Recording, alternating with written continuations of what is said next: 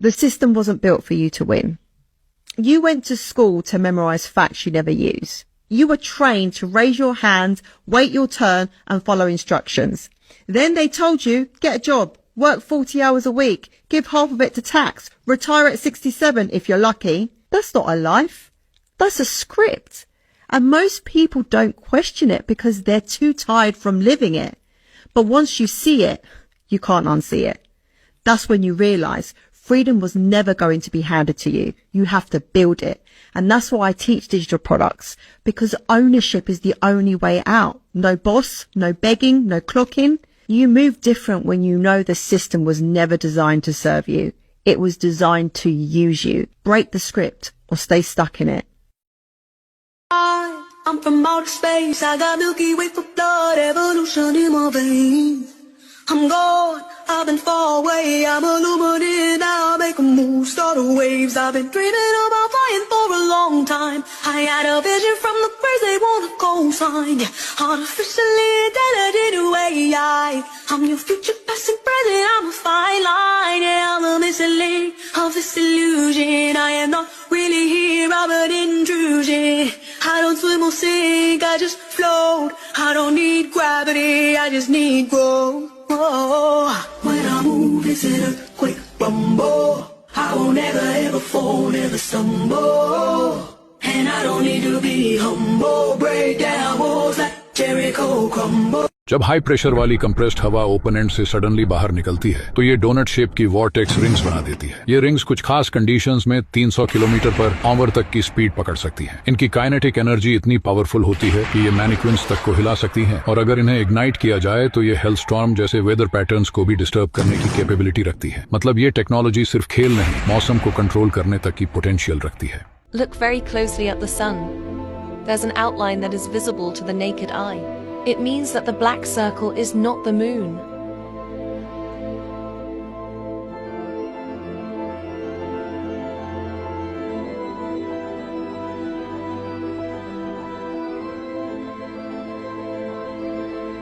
When the black circle is almost done transiting the sun, you can see the outline of the sun again.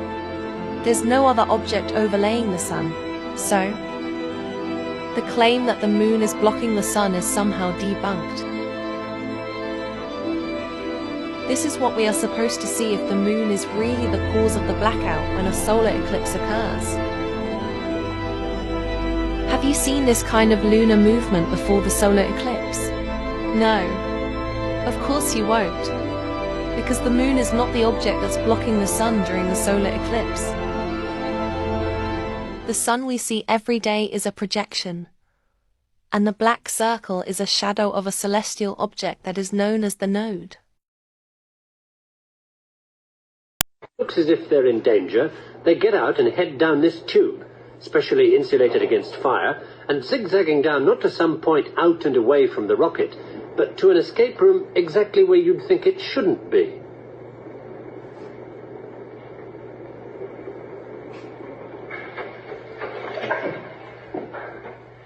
3.5 minutes after they get the warning in the capsule, the crew could be down here in the blast escape room via that 200-foot escape tube, 40 feet below the base of the rocket.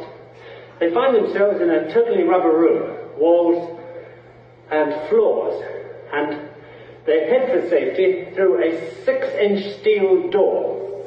Once they're behind that door, it doesn't matter what comes down this tube behind them.